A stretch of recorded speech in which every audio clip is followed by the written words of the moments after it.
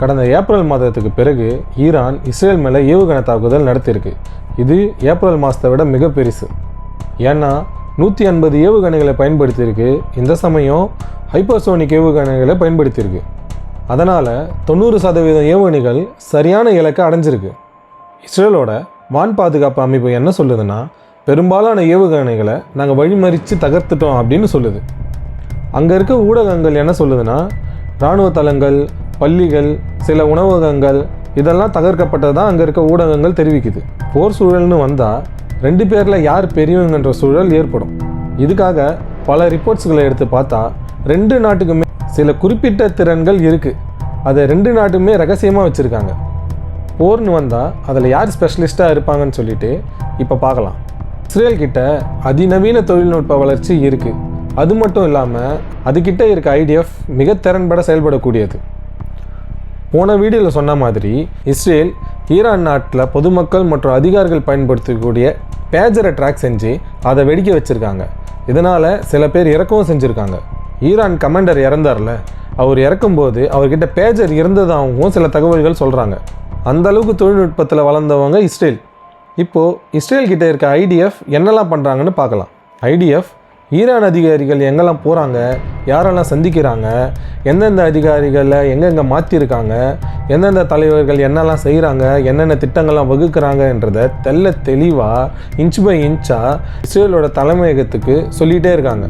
இதனால் இஸ்ரேல் யாருக்குமே தெரியாத அதோட தாக்குதலை சடனாக நடத்தி அதில் வெற்றியும் பெறுது. இஸ்ரேலோட மூமெண்ட் எப்பவுமே எப்படி இருக்கும் தெரியுங்களா? ஒரு போர் ஆரம்பிக்கிறதுக்கு முன்னாடி எதிரி நாடுகளில் இருக்க இராணுவ தளம், தரைத்தளம், ஏர்ஃபோர்ஸ் இதெல்லாம் எங்கெங்கே இருக்கோ அதெல்லாம் யாருக்குமே தெரியாமல் சடனாக போய் குண்டுகளை போட்டு தகர்த்துருவாங்க. அதே சமயம் IDFோட ஹெல்ப்பால் பெரிய தலைவர்கள்லாம் இருக்காங்கள்ல, அவங்களெல்லாம் போட்டு தள்ளிடுவாங்க. இதனால் எதிரியால் செயல்பட முடியாத நிலைமை ஏற்படும். 2 கை இல்லாத எதிரியை எதிர்க்கிறது எவ்வளோ ஒரு சுலபமோ அந்த மாதிரி எதிரியோட பலத்தெல்லாம் அழிச்சிட்டு எதிரியை ரொம்ப ஒரு வீக்கானவங்களான நிலைமைக்கு உருவாக்கிவிடும். இது இஸ்ரேலோட ஸ்ட்ராட்டஜி. ஈரான் மற்றும் இஸ்ரேல் நாடுகளில் இருக்க மக்கள் தொகையில் ஈரானோட மக்கள் தொகையே பெருசு. ஆனால் இஸ்ரேலோட தொழில்நுட்ப வளர்ச்சி அதிநவீனமாக முன்னேற்றத்தை அடைஞ்சிருக்கு. இஸ்ரேலோட GDP ஈரானை விட அதிகம். அதே சமயம் ஈரானை விட உள் பாதுகாப்புக்காக இஸ்ரேல் அதிகமாக செலவிடுது. இஸ்ரேல் ஈரானை விட 2000 கிலோமீட்டர் தள்ளி இருக்காங்க. நடுவில் பார்த்தீங்கன்னா ஈராக் இருக்குது. அதனால் வான்வழி தாக்குதல் தான் நடத்த முடியும், தரைவழி தாக்குதல் நடத்த முடியாது. எடுத்துக்காட்டாக இந்தியா பாகிஸ்தான் பார்த்தீங்கன்னா அவங்களோட 2 பேரோட பார்டரை ஷேர் பண்ணிக்கிறாங்க. இதனால் 2 தரைவழி தாக்குதலை அதிகமாக நடத்திக்கிறாங்க. ஆனால் அவங்களால தரைவழி தாக்குதல் நடத்த முடியாது. வான்வழி தாக்குதலும் சைபர் தாக்குதலும் தான் அதிகமாக நடத்த முடியும். யார்கிட்ட எவ்வளோ போர் விமானம் இருக்குது, என்னென்ன போர் விமானங்கள் இருக்குதுன்னு இப்போ பார்க்கலாம். இஸ்ரேல் கிட்ட 340 போர் விமானங்கள் தயார் நிலையில் இருக்குது. இதில் F-15 போர் விமானம், உயர் தொழில்நுட்பம் கொண்ட F-35 போர் விமானம், இலக்க துல்லியமாக அடிக்கக்கூடிய ஹெலிகாப்டர்கள் போன்றவைகள்லாம் அடங்கும். இஸ்ரேலோட வான்படை மற்றும் கைடல் வெப்பன்ஸ் எனப்படும் ஆயுதங்கள் இஸ்ரேலுக்கு பெரிய பலமாக இருக்குது. அதே சமயம் ஈரான் கிட்ட 320 போர் விமானங்கள் இருக்குன்னு ISS புள்ளிவிவரம் சொல்லுது. இதில் F-4, F-5 மற்றும் F-14 போர் விமானங்கள் அடங்கும். இந்த மாடல் போர் விமானங்கள்லாம் 1960லேருந்தே இருக்குது.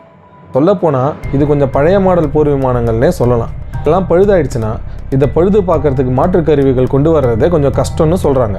ஆனால் ஈரான் ஏவுகணை திட்டம் மிடில் ஈஸ்ட் கண்ட்ரிலேயே மிகப்பெரியதுன்னு கருதப்படுது. ஈரான் ஷார்ட்டஸ்ட் அண்ட் லாங்கஸ்ட் ஏவுகணைகளை உருவாக்கியிருக்கு. ஆனால் இஸ்ரேல் கிட்ட இதுக்கு தீர்வு இருக்குது. இஸ்ரேல் கிட்ட அயன் ட்ரம், ஏரோ அமைப்புகள் மற்றும் டேவிட் ஸ்லிங் இருக்குது. சுமார் 10 கிலோமீட்டர்லேருந்து வர ஷார்ட்டஸ்ட் ராக்கெட்டுங்களை அயன் ட்ரம் பாதியிலே வழிமறித்து தகர்த்துரும். ஏரோ மற்றும் டேவிட் ஸ்லிங்கோட அமைப்பு லாங்கஸ்ட் ஏவுகணைகளை பாதியிலே வழிமறித்து அழிச்சிடும். இதெல்லாம் இஸ்ரேல் கிட்ட இருக்க பெரிய பலம். டேவிட் ஸ்லிங்கை அமெரிக்காவும் இஸ்ரேலும் ஒன்றா சேர்ந்து தயாரிச்சிருக்காங்க. இப்போது யார்கிட்ட அதிக படை வீரர்கள் இருக்காங்கன்னு பார்க்கலாம்.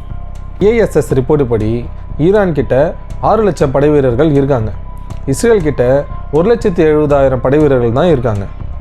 இப்போ இருக்க சுச்சுவேஷனில் யாருமே தனித்தனியாக போர் செய்ய முடியாது. ஒரு நாடு இன்னொரு நாடுகிட்ட போர் செய்யும்போது அதுக்கு ஆதரவு கொடுக்கறதுக்காக ஆட்டோமேட்டிக்காக பக்கத்தில் இருக்க நாடு இன்னொரு நாடுக்கு ஆதரவு கொடுத்துரும். அந்த வகையில் எந்த நாட்டுக்கு யார் ஆதரவு கொடுக்குறாங்கன்னு இப்போ பார்க்கலாம். ஈரானை பொறுத்தவரை இஸ்லாமிய நாடுகள் அவங்களுக்கு பெரிய பலமாக இருக்குது. அந்த நாட்டில் இருக்க அமைப்புகள் அவங்களுக்கு ரொம்ப சாதகமாக அமைஞ்சிருக்கு. அதில் ஈரானுக்கு ஆதரவு தெரிவிக்கிற லெபனானில் இருக்க ஹெஸ்போலா, ஏமனில் ஹூத்தி குழு, பஹ்ரைனில் அல் அஸ்தார் பிரிகேட், இது தவிர ஹமாஸ் குழுவும் இருக்குது. இவைகளோட வாழ்நாள் இலக்கே இஸ்ரேலை அழிக்கிறது தான்.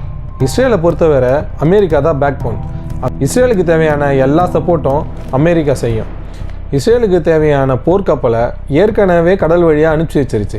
அது மட்டும் இல்லாமல் இஸ்ரேலுக்கு தேவையான ஏர்ஃபோர்ஸ், அப்புறம் படை வீரர்கள் மொத்தத்தையும் அமெரிக்கா சப்ளை பண்ணிடும். இது மட்டும் இல்லாமல் இஸ்ரேல் கிட்ட அணு ஆயுதம் இருப்பதாக உலக நாடுகள் நம்புது. ஈரான் கிட்ட அணு ஆயுதம் இருப்பதுக்கான சாத்தியக்கூறு ரொம்ப கம்மி. ஆனால் ஈரான் அணு ஆயுதங்கள் தயாரிப்பதற்கான முயற்சியில் இருப்பதா குற்றச்சாட்டுகள் இருக்குது. ஆனால் அந்த குற்றச்சாட்டுகளை எல்லாம் ஈரான் மறுக்குது. சைபர் தாக்குதல் நடந்தால் இஸ்ரேலுக்கு பெரிய இழப்பு ஏற்படும். ஏன்னா இஸ்ரேலோட பாதுகாப்பு குழு ஈரானை விட தொழில்நுட்பத்தில் மிக முன்னோக்கி இருக்காங்க. இதனால் ரெண்டு நாடுகளும் எந்த ஒரு நடவடிக்கையில் ஈடுபடுறதுக்கு முன்னாடியும் நல்லா சிந்தித்து செயல்பட்டால் அனைத்து உலக நாடுகளுக்கும் நல்லது.